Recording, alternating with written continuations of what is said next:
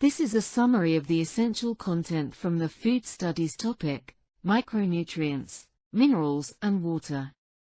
This is from ORCA Education's e-learning library. The short video will summarize key facts or key concepts from this course topic.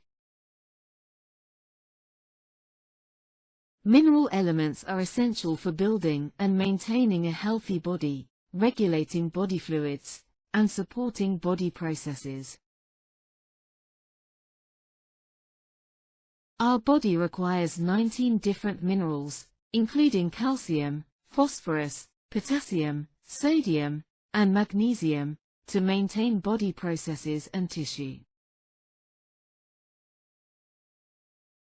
Trace minerals like iron, iodine, copper, and zinc are vital for essential bodily functions and can be found in a variety of foods. Calcium is crucial for the development and strength of bones, as well as for the heart, muscles, and nervous system. Iron, found in both animal and plant-based foods, is necessary for the production of hemoglobin, which transports oxygen throughout the body. Salt, or sodium, is needed for water balance, nerve and muscle function, but excessive intake can lead to high blood pressure and heart disease.